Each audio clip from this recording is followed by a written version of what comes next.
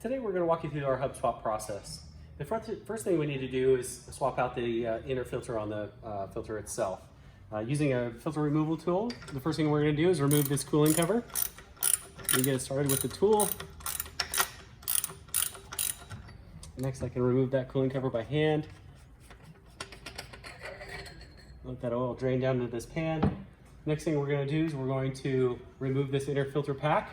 You should be able to just twist that off by hand and place that in your drain pan to drain a little bit. Next thing we're going to do is we're going to install the clean, ready to use inner filter pack. First thing I'm going to do is make sure there's a little bit of oil on these threads. So put a little oil on the threads. And then we're going to spin on the clean inner filter pack. Make sure it's hand tight. The next step is to install the cooling cover. We want to make sure there's a little bit of oil on these threads here before we install that cooling cover on. Wipe off any excess off that cooling cover.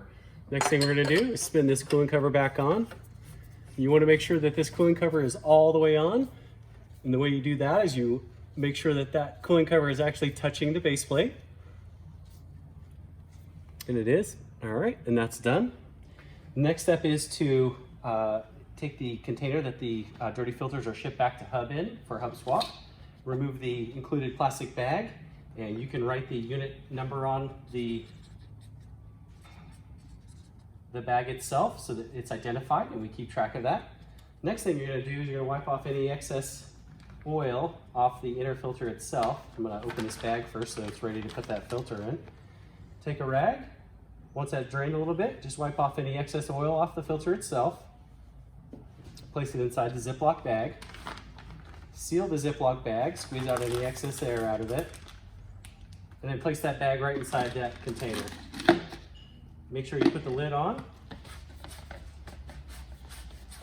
and then the container goes right back inside the 6-pack or a 12-pack of our containers here.